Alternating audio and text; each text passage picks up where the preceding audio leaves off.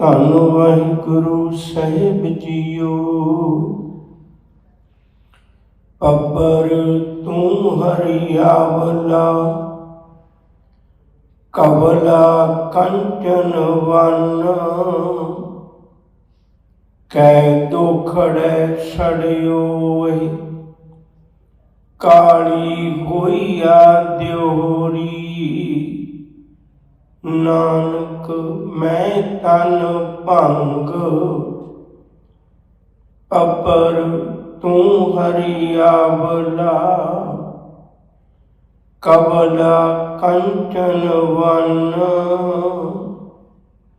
ਕੈ ਦੋਖੜੈ ਛੜਿਓਇ, ਕਾਲੀ ਹੋਈਆ ਦਿਓਰੀ। ਨਾਨਕ ਮੈਂ ਤਨ ਭੰਗ, ਜਾਣਾ ਪਾਣੀ ਨਾ ਲਹਾ। ਜੈ ਛੇਤੀ ਮੇਰਾ ਸੰਗ, ਜਿਤ ਡਿਠੈ ਤਨ ਪਰ ਫੁੜੈ। ਚੜੈ ਚਵੱਗਣ ਵਨ, ਜਾਣਾ ਪਾਣੀ ਨਾ ਲਹਾ। ਜੈ ਛੇਤੀ ਮੇਰਾ ਸੰਗ, ਜਿਤ ਡਿਠੈ ਤਨ ਪਰ ਫੁੜੈ। ਚੜ੍ਹੈ ਚਵੱਗਣ ਵਨ।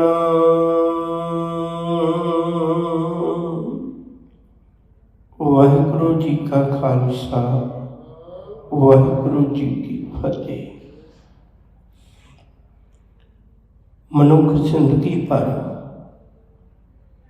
ਕੁਦਰਤ ਰਾਣੀ ਦੀ ਗੋਦ ਵਿੱਚ ਜੀਵਨ ਦੀਆਂ ਖੇਡਾਂ ਖੇਡਦਾ ਹੈ।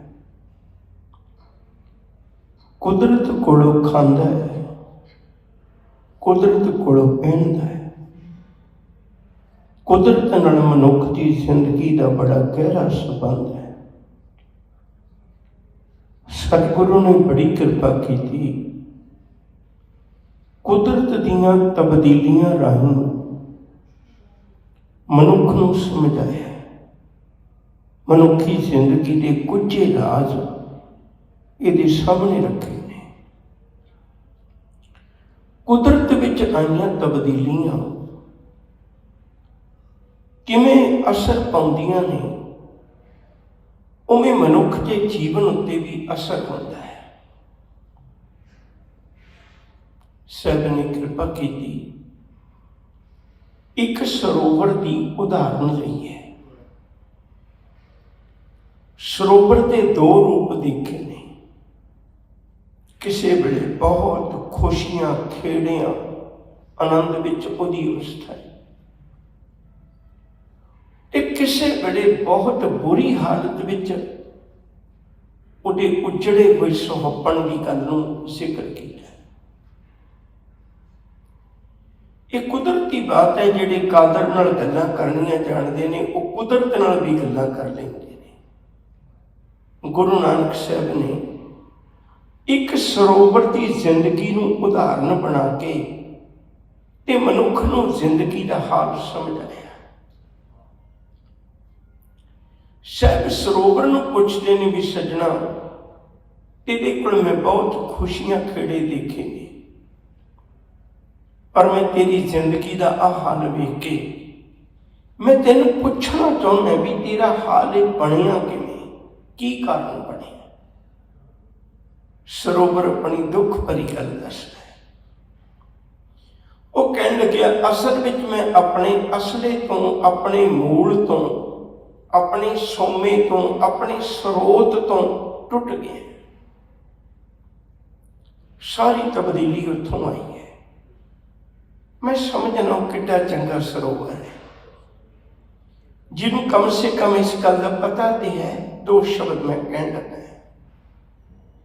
ਇੱਕ ਹੁੰਦਾ ਵਿਛੜਨਾ, ਇੱਕ ਹੁੰਦਾ ਵਿਸਰਨਾ।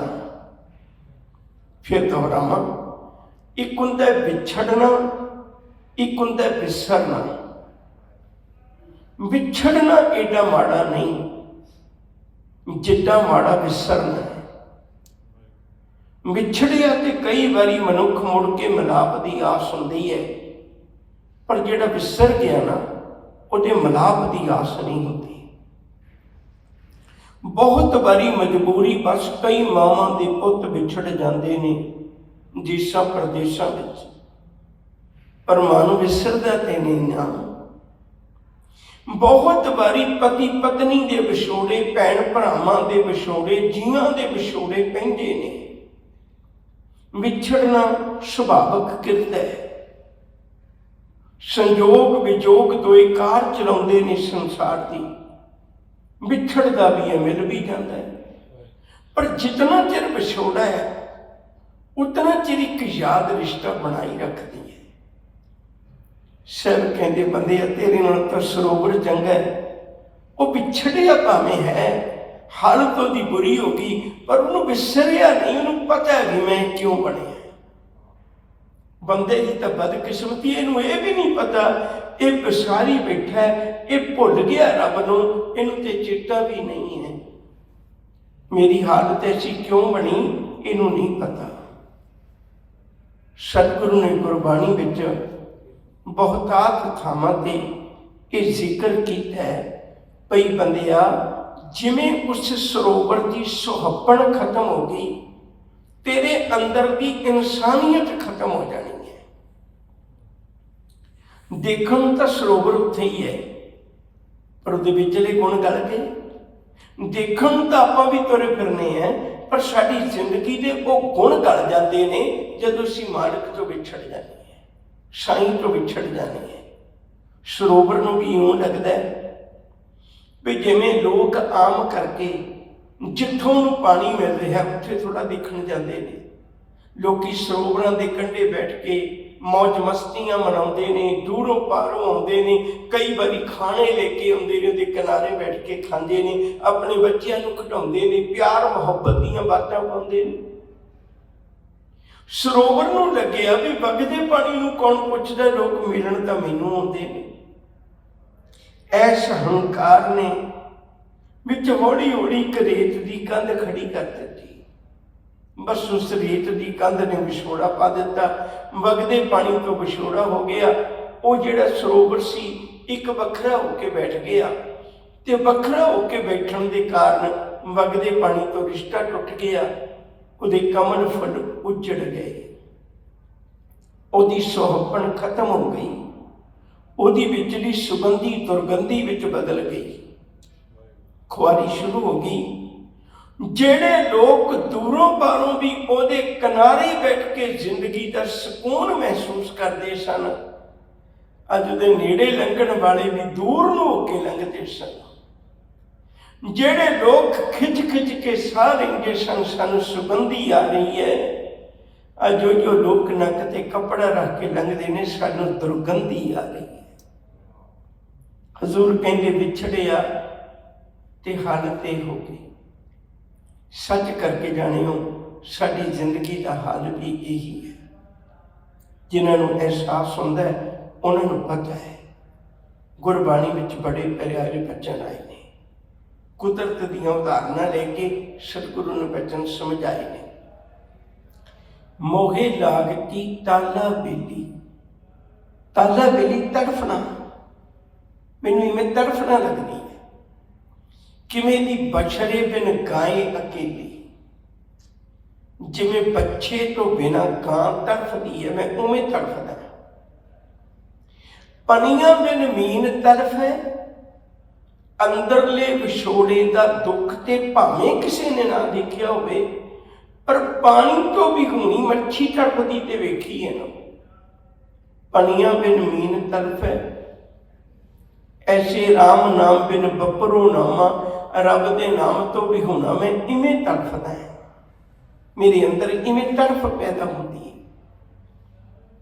ਇੱਕ ਘੜੀ ਨਾ ਮਿਲਤੇ ਤਾਂ ਕਲ ਜੁਗ ਹੋਤਾ, ਹੁਣ ਕਦ ਮਿਲੇ ਤੇਰੇ ਤੁਧ ਭਗਵੰਤਾ। ਮੋਹੇ ਰਹਿਣ ਨਾ ਬਿਹਾਵੇ, ਨੀਂਦ ਨਾ ਆਵੇ, ਬਿਨ ਦੇਖੇ ਗੁਰ ਦਰਬਾਰੇ ਜੀਓ। ਮੈਨੂੰ ਨੀਂਦ ਨਹੀਂ ਆਉਂਦੀ, ਰਾਤ ਨਹੀਂ ਬਤੀਤ ਹੁੰਦੀ। एक घड़ी दिन समोको बहुत तिहारे, मन न रहे कैसे मिलो प्यारे। एक पल दिन समोको कबू ना बिहावे। मैनू तो एक पल भी जिहड़ा है वो बहुत जुगां के समान लगता है। वक्खो वक्खरियां पंक्तियां ने, चार पहर चौ जुगे समाने, रैन भई तब अंत न जाने। मालिक जी चार पहर मैनू चार जुगां के समान लगते ने। रब के विछोड़े का एहसास हो जाए। बड़िया उदाहरणा दित्तियां ने गुरबाणी विच। कबीर साहब एक सवाल पूछते हैं, कहते चकवी तू सारी रात क्यों करलानी है? कहती भलिया मैं अपने प्यारे तो विछड़ जानी है। चकवा ते चकवी दो पंछी ने, मन्निया जाता है ये रात नूं उड़ के जदों एक दूजे तो विछड़ जाते ने, जिथे चकवा बोलता है चकवी उहदी आवाज़ सुन के उधर नूं उडारी मार लैंदी है, ते जिथों चकवी बोलती है चकवा उधर नूं उडारी मार लैंदा है। दोवें जने एक दूजे के उल्ट उडारी मार लेंदे ने, फिर बोलते ने, आवाज़ कटते ने, फिर उड़ पैंदे ने, पर फिर उल्ट दिशा च उड़ पैंदे ने। दिन चढ़दा है ते दोनों का मिलाप होंदा है। चकवी कबीर चकवी जो निस बिछड़े, आए मेले प्रभात। तू कितनी सुभागी है, सवेरे ते मिले नहीं अपने प्यारे नूं। जो जन बिछड़े राम स्यों, ना दिन मिले ना रात। जिहड़े रब तो पिछड़ गए, मैं तो उन्होंने लोगों तो हैरान है जिन्हों का ना सुबह ना शाम कदे मिलाप होता ही नहीं। कबीर रैणायर विछोरे, रैणायर समुद्र नूं कहंदे ने। रहो रे शंख मजूर, मजूर का अर्थ हुंदा विच वो शंख, तू समुद्र विच ही टिकिया रहे, देखी किते विछड़ ना जाए। कबीर रैणायर विछोरिया, रहो रे शंख मजूर। देवल देवल धाड़ी देसे उगवत सूर। नहीं तो याद रख जेड़े विछड़े हुए ने, मैं तेन उन्होंने हालत दिखाना है। वो धार्मिक स्थानों से सवेरे सवेरे धाहा मारते हैं, वो वेखियो किते रब तो विछड़ ना जाओ, रब तो विछड़ ना जाओ। गुरु गोबिंद सिंह जी के दरबार विच कई कवि रहंदे सन। औरंगजेब बड़ा कठोर हिरदे का मालिक सी, उन्हें बहुत कवि कढ़ दिते सन ते गुरु साहब की शरण में आ गए सन। उन्होंने एक कवि सी सुजान। एक बारी नगारा बजया तो सतगुरु कवि नूं पुछते ने, कहंदे बई सुजान, कवियों की सोच बड़ी बरीक हुंदी है, थोड़े शब्दों में बहुत वड्डी गल कह जाते हैं। तू ये दस भी नगारा की कहंदा है?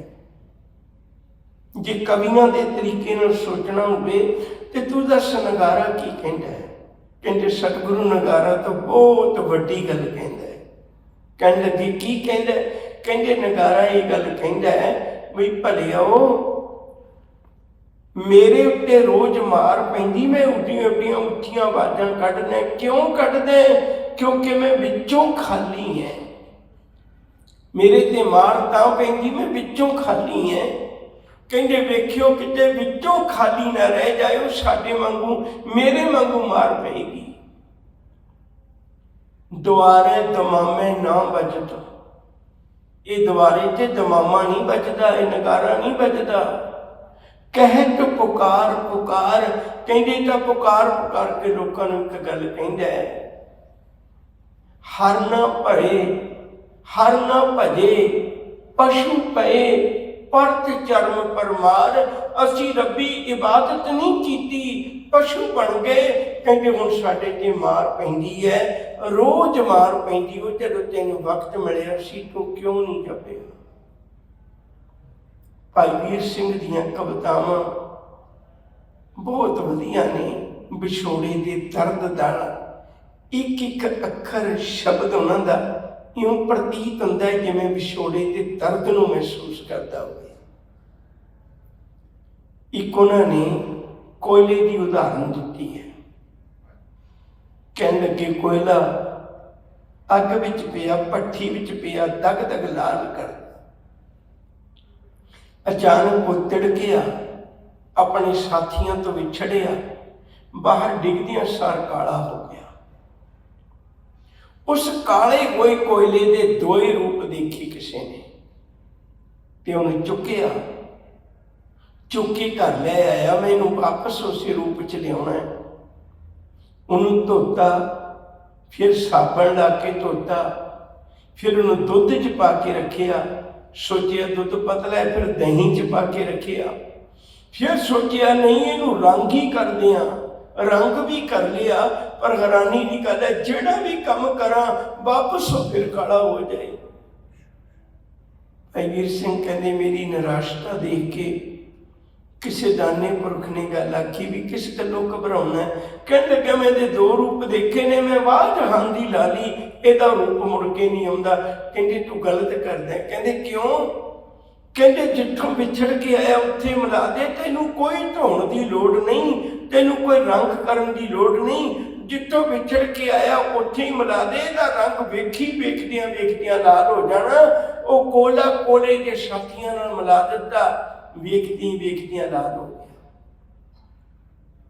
ਭਾਈ ਵੀਰ ਸਿੰਘ ਦੇ ਬੋਲ ਨੇ, ਸਾਬਣ ਲਾਲਾ ਧੋਤਾ ਕੋਇਲਾ, ਦੁੱਧ ਦਹੀਂ ਵਿੱਚ ਪਾਇਆ, ਖੁੰਭ ਚਾੜ ਰੰਗਣ ਪੀ ਧਰਿਆ, ਪਰ ਰੰਗ ਨ ਉਸ ਵਟਾਇਆ। ਵਿਛੜ ਕੇ ਕਾਲਕਸੀ ਆਈ, ਬਿਨ ਮਿਲਿਆ ਨਹੀਂ ਲੈਂਦੀ, ਅੰਗ ਅੱਗ ਦੇ ਲਾਗੇ ਦੇਖੋ ਚੜ੍ਹਦਾ ਰੂਪ ਸੋਇਆ। ਕਿਸੇ ਦਾ ਹੱਥ ਵਧਿਆ, ਫੁੱਲ ਮੈਨੂੰ ਸੋਹਣਾ ਲੱਗਦਾ, ਤੋੜ ਲਾਂ। ਫੁੱਲ ਵਿੱਚੋਂ ਆਵਾਜ਼ ਆਈ, ਕਿਉਂ ਕਹਿਰ ਕਰਨ ਲੱਗਾ? ਕਹਿਣ ਲੱਗਿਆ ਤੂੰ ਮੈਨੂੰ ਸੋਹਣਾ ਬਹੁਤ ਲੱਗਦਾ। ਕਹਿੰਦਾ ਸੋਹਣਾ ਮੈਂ ਤਾਂ ਲੱਗਦਾ ਆਪਣੇ ਮੂਡ ਨਾਲ ਜੁੜਿਆ ਹੋਇਆ। ਕਹਿਣ ਲੱਗਿਆ ਤੇਰੀ ਖੁਸ਼ਬੂ ਬਹੁਤ ਸੋਹਣੀ ਹੈ। ਕਹਿੰਦਾ ਇਹ ਵੀ ਤਾਂ ਹੀ ਮੂਡ ਨਾਲ ਜੁੜਿਆ ਹੋਇਆ। ਜੇ ਉਹ ਟੁੱਟ ਗਿਆ ਤਾਂ ਯਕੀਨ ਕਰਕੇ ਜਾਣੀ ਤੂੰ ਨਾ ਮੇਰੀ ਸੁਹੱਪਣ ਸਾਂਭ ਸਕੇਗਾ, ਨਾ ਮੇਰੀ ਖੁਸ਼ਬੂ ਸਾਂਭ ਸਕੇਗਾ। ਮੇਰੇ ਵਿੱਚ ਨਾ ਖੁਸ਼ਬੂ ਰਹਿਣੀ, ਨਾ ਸੁਹੱਪਣ ਰਹਿਣੀ ਹੈ। ਤੂੰ ਮੈਨੂੰ ਚੁੱਕ ਕੇ ਲੋਕਾਂ ਦੇ ਪੈਰਾਂ 'ਚ ਸੁੱਟ ਦੇਣਾ। ਜੇ ਕਿਤੇ ਤੂੰ ਮੈਨੂੰ ਨਾ ਤੋੜੇ, ਫਿਰ ਇਉਂ ਸਮਝ ਲੈ ਵੀ ਮੈਂ ਤਾਂ ਹੱਟੀ ਪਾਈ ਬੈਠਾ ਖੁਸ਼ਬੂ ਦੀ। ਤੂੰ ਰੋਜ਼ ਆਵੇਂ, ਮੈਂ ਤੈਨੂੰ ਰੋਜ਼ ਹੱਸ ਕੇ ਮਿਲਾਂਗਾ, ਰੋਜ਼ ਤੈਨੂੰ ਖੁਸ਼ਬੂ ਵੰਡਾਂਗਾ, ਪਰ ਤੋੜੀ ਨਾ। ਬੰਦਾ ਆਪ ਟੁੱਟਿਆ ਹੋਇਆ ਹੈ, ਮਾਫ ਕਰਿਓ, ਜੁੜਿਆ ਹੋਇਆ ਨੂੰ ਵੀ ਤੋੜੀ ਜਾਂਦਾ ਹੈ। ਫੁੱਲ ਤਾਂ ਜੁੜੇ ਹੋਏ ਨੇ, ਪਰ ਟੁੱਟਿਆ ਹੋਇਆ ਇਹ ਜੁੜਿਆ ਹੋਇਆਂ ਨੂੰ ਵੀ ਤੋੜੀ ਜਾਂਦਾ। ਤੋੜ ਕੇ ਫੁੱਲ ਪੱਥਰਾਂ ਅੱਗੇ ਸੁੱਟੀ ਜਾਂਦਾ, ਉਹਨਾਂ ਅੱਗੇ ਭੇਟਾ ਕਰੀ ਜਾਂਦਾ। ਡਾਲੀ ਨਾਲੋਂ ਤੋੜ ਨਾ ਸਾਨੂੰ, ਅਸਾਂ ਹੱਟ ਮਹਿਕ ਦੀ ਲਾਈ। ਲੱਖ ਗਾਹਕ ਜੇ ਸੁੰਘੇ ਆ ਕੇ, ਖਾਲੀ ਇੱਕ ਨਾ ਜਾਈ। ਜੇ ਤੂੰ ਇੱਕ ਤੋੜ ਲੈ ਗਿਓ, ਇੱਕ ਜੋਗਾ ਰਹਿ ਜਾਸਾਂ। ਉਹ ਵੀ ਭਲਕ ਝਲਕਦਾ ਮੇਲਾ, ਰੂਪ ਮਹਿਕ ਨਾ ਸਜਾਈ। ਮੇਰਾ ਰੂਪ ਵੀ, ਮੇਰੀ ਮਹਿਕ ਵੀ, ਸਭ ਕੁਝ ਖਤਮ ਹੋ ਜਾਣਾ। ਪਰ ਜੇ ਤੂੰ ਨਾ ਤੋੜੇ ਤਾਂ ਮੈਂ 1 ਲੱਖਾਂ ਬੰਦਿਆਂ ਨੂੰ ਖੁਸ਼ ਕਰ ਸਕਣਾ। ਟੁੱਟੀ ਨਾ ਵੇਖੀ, ਕਿਤੇ ਗਲਤੀ ਨਾ ਕਰੀ।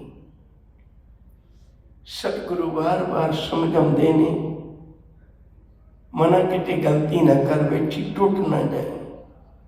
ਕਿੱਡਾ ਹੀ ਵੱਡੇ ਕਹਿੰਦੇ ਇਹ 'ਚ ਫੁੱਲ ਦੀ ਗੱਲ ਹੈ, ਕਿੱਡਾ ਹੀ ਵੱਡਾ ਦਰਖਤ ਹੋਵੇ, ਜਦੋਂ ਮੂਲ ਜੜ ਤੋਂ ਟੁੱਟ ਜਾਂਦਾ ਹੈ ਨਾ, ਸੁੱਕ ਜਾਂਦਾ ਹੈ। ਪੇੜ ਮੋਢਾਹੋਂ ਕੱਟਿਆ, ਪੇੜ ਮੁੱਢ ਤੋਂ ਕੱਟਿਆ ਗਿਆ, ਤਿਸ ਢਾਲ ਸੁਕੰਦੇ, ਉਹਦੇ ਟਾਹਣੇ ਸਾਰੇ ਸੁੱਕ ਗਏ, ਸਾਰੀ ਸੁਹੱਪਣ ਦੀ ਖਤਮ ਹੋ ਗਈ, ਉਹਦੇ ਜੀਵਨ ਵਿੱਚੋਂ ਬਾਤ ਨਾ ਰਹੀ। ਗੁਰਦੇਵ ਸੱਚੇ ਪਾਤਸ਼ਾਹ ਨੇ ਅੱਜ ਬੜੀ ਪਿਆਰੀ ਬਾਤ ਸਾਨੂੰ ਸਮਝਾਈ ਹੈ।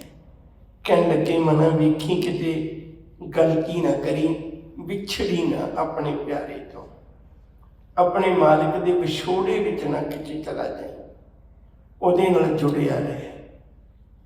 ਕਬੀਰ ਸਾਹਿਬ ਦੇ पावन बोल सुन के तो उठ के जाया करिए। कबीर सूता क्या करें, उठ के ना जपे मुरार, एक दिन सौवन होए गो, लामे गोट पसार।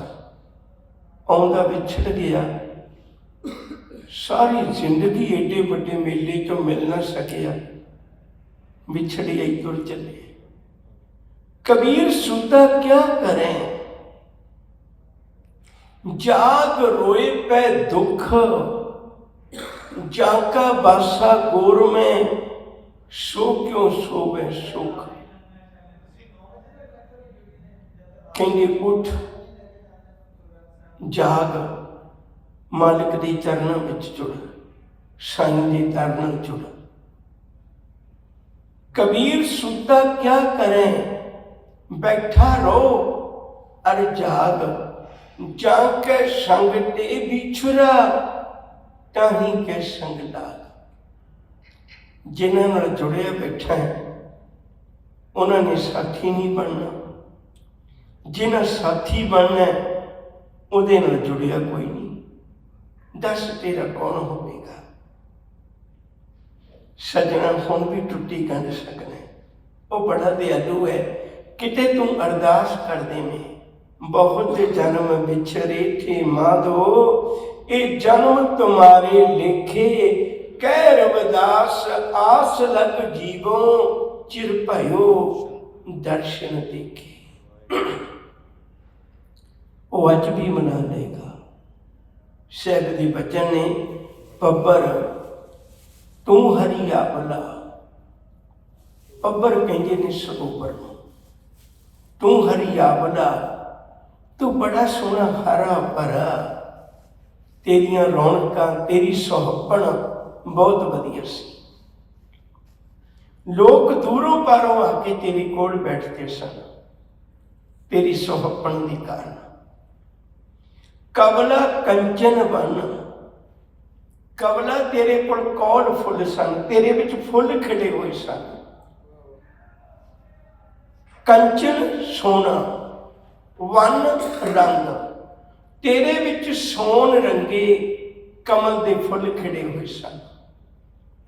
कितनी सोहनी खुशबू वंडते सन, भौरे मंडलाते सन। अज तेरा हाल की हो गया। सच करके जानियो, जिहड़ा मनुख रब नाल जुड़िया ना, उहदे जीवन विच भी गुणा रूपी कमल के फुल खिड़े रहेंगे, वो कभी खत्म नहीं होते। सोन रंगे जिन्हां की सुहपण कभी खत्म नहीं होती। सोने का रंग नहीं खत्म होता। सब कहते ने वो रब्बी गुण तेरे अंदर समाए रहणगे, जे किते तू मालिक के चरणों में जुड़िया रहे। पब्बर तू हरिया बला, कबला कंचन बन। मैं तेरी हालत वेखी, तू तो बहुत सोहना हुंदा सी, तू तो बहुत वधिया हुंदा सी। तेरे विच कमल फुल सोने वर्गे खिड़े पे सन। कै दुख है, किहड़े दुख के कारण, की दुख लग गया तेनों, ये हालत तेरी बन गई। सड़ोए इन्ना सड़ गया, ना तेरा पानी बरतन योग, ना तेरी खुशबू, ना तेरी सुहपण, ना तेरे कोल कोई नेड़े आउंदा है। सब कुछ ही खत्म हो गया। एडी हालत तेरी क्यों बन गई? कै दुख है, किहड़े दुख के कारण तेरी हालत बन गई? सड़े होए इन्ना सड़ गया, काली होई आ देहरी, तेरी देहरी, तेरा स्वरूप काला हो गया, बदसूरत हो गया। नानक सर जी आखते ने, काली होई आ देहरी, नानक मैं तन भंग। वो कहने लगे, हाँ मेरा तन भंग हो गया, मैं सब कुछ बर्बाद कर बैठा हूं, मेरे कोले नहीं है। एक गुरदेव का पहला वचन सुनो, फिर आप गल अगे तोड़ने। शेख फरीद के कन्ना च आवाज पई, ਆ ਜਿਹੜੀ ਏਡੀ ਮਿੱਠੀ ਬੋਲਦੀ ਹੈ ਨਾ ਤੇ ਜ਼ਰੂਰ ਸਾਈਂ ਨਾਲ ਜੁੜੀ ਹੋਏਗੀ।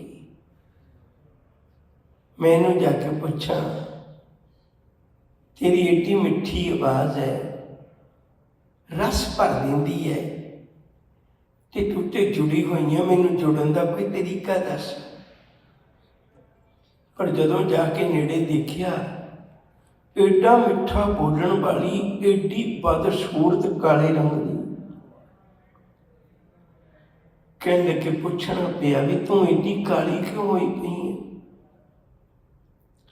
उन्हें ठंडा होंका भरिया, कहती की दसा, अपनी प्रीतम के विजोग विच सड़ के ठंडे होंकियां नाल ही काली हो गई। शब्द तुहानूं याद है, काली कोयल तू कित गुण काली। जवाब मिलिया, अपने प्रीतम कहों बिरहें जाली। मैं अपने प्रीतम के बिरहे विच सड़ गई, ਉਹਦੇ ਵਿਛੋੜੇ ਵਿੱਚ ਸੜ ਗਈ।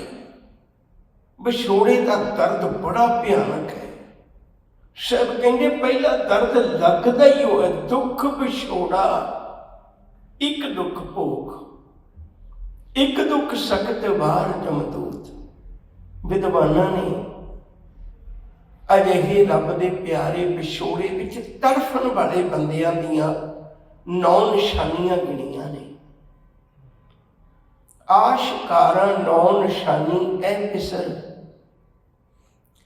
ਰੱਬ ਦੇ ਬਿਰਹੇ ਵਿੱਚ ਤੜਫਣ ਵਾਲੇ ਲੋਕਾਂ ਦੀਆਂ 9 ਨਿਸ਼ਾਨੀਆਂ ਨੇ। ਆਸ਼ਕਾਰਾ 9 ਨਿਸ਼ਾਨੀ ਐ ਪਿਸਰ। ਕਿਹੜੀਆਂ ਕਿਹੜੀਆਂ? ਆਹੇ ਸਰਦ, ਠੰਡੇ ਹੋਂਕੇ ਭਰਨ, रंग जर्द, रंग पीड़ा पिया रहना, चश्म तर, हर वक्त अख गिली रहनी अपने प्यारे दे विजोग विच।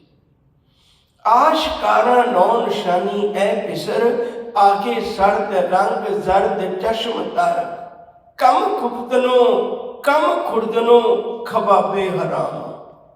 घट सौना, घट बोलना, घट खाना, हर वक्त ही हाथ अपना सिर ते रख के बैठे रहना, इंतजारी, बेकरारी। कहते हर वक्त ही अपने प्यारे की इंतजारी विच रहना, शायद कोई पाला जाए। इंतजारी, बेकरारी, हर वक्त ही बेकरार रहना। विछोड़े का दर्द बहुत है, ਜਿਹੜੇ ਝੱਲਦੇ ਨੇ ਉਹਨਾਂ ਨੂੰ ਪਤਾ ਹੈ। ਆਸ਼ਕਾਰਾ 9 ਨਿਸ਼ਾਨੀ ਐ ਪਿਸਰ, ਆਗੇ ਸਰਦ, ਰੰਗ ਜ਼ਰਦ, ਚਸ਼ਮ ਤਰ, ਕਮ ਖੁਬਤਨੋ ਕਮ ਖੁਰਦਨੋ, ਖਬਾਬੇ ਹਰਾਮ।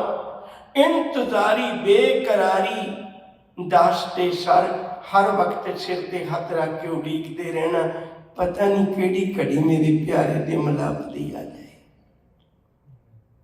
ਜਿਹੜੇ ਤੜਫਦੇ ਨੇ ਸ਼ਹਿਬ ਆਖਦੇ ਨੇ, ਵਾਹਿਗੁਰੂ ਜੀ ਮੈਨੂੰ ਪਤਾ ਲੱਗਿਆ, ਜਾਣਾ ਪਾਣੀ ਨਾ ਲਹਾਂ, ਜੈ ਸੇਤੀ ਮੇਰਾ ਸੰਗ।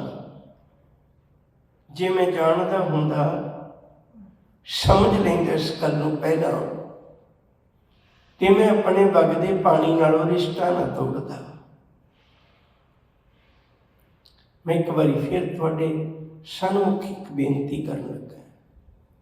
ਸਰੋਵਰ ਤੇ ਸਰੋਵਰ ਹੈ, ਸਿਰਫ ਉਹ ਪਾਣੀ ਤੋਂ ਵਿਛੜਦਾ ਨਾ, ਹੋਰ ਤੇ ਕੁਛ ਵੀ ਨਹੀਂ ਸੀ ਕਰਨਾ। ਖੁਸ਼ੀਆਂ, ਖੇੜੇ, ਸਾਰਾ ਕੁਛ ਉਹਦਾ ਬਰਕਰਾਰ। ਜੇ ਬੰਦਾ ਰੱਬ ਤੋਂ ਨਾ ਵਿਛੜੇ ਤੇ ਤਾਂ ਖੁਸ਼ੀਆਂ ਮਨਾ ਹੀ ਨਹੀਂ ਸਕਦਾ। ਇੰਨੀਆਂ ਜ਼ਿਆਦਾ ਖੁਸ਼ੀਆਂ ਹੁੰਦੀਆਂ ਨੇ ਇਹਨੂੰ, ਪਰ ਇਹਨੂੰ ਭੁੱਲ ਕੇ ਖੁਸ਼ੀਆਂ ਭਾਲਦਾ ਫਿਰਦਾ ਦੁਨੀਆ ਦੀਆਂ ਨੁਕਰਾਂ 'ਚ। ਮਿਲਦੀਆਂ ਹੈ ਨਹੀਂ, ਮਿਲਦੀਆਂ ਹੈ ਨਹੀਂ। ਕਿਸੇ ਦੀ ਜ਼ਿੰਦਗੀ 'ਚ 10 ਦਿਨ, ਕਿਸੇ ਦੀ ਜ਼ਿੰਦਗੀ 'ਚ 20 ਦਿਨ, ਜਿਹਨੂੰ ਮਰਜ਼ੀ ਪੁੱਛ ਲਓ, ਹਰੇਕ ਬੰਦੇ ਦੀ ਜ਼ਿੰਦਗੀ ਦੇ ਕੁਝ ਗਿਣੇ ਚੁਣੇ ਦਿਨ ਹੋਣਗੇ ਜਿੱਦਣ ਖੁਸ਼ ਹੋ ਰਿਹਾ ਹੋਏਗਾ। ਪਰ ਭਗਤਾਂ ਨੂੰ ਪੁੱਛ ਕੇ ਦੇਖੋ, ਕਹਿੰਦੇ ਨਾਨਕ ਭਗਤਾ ਸਦਾ ਵਿਗਾਸ। ਕਿਹੜੇ ਕਿਹੜੇ ਦਿਨ ਨੂੰ ਗਿਣੇਗਾ? ਇੱਕ ਵੀ ਦਿਨ ਅਜਿਹਾ ਨਹੀਂ ਜਿਸ ਦਿਨ ਮੈਨੂੰ ਖੁਸ਼ੀ ਨਾ ਹੋਈ ਹੋਵੇ।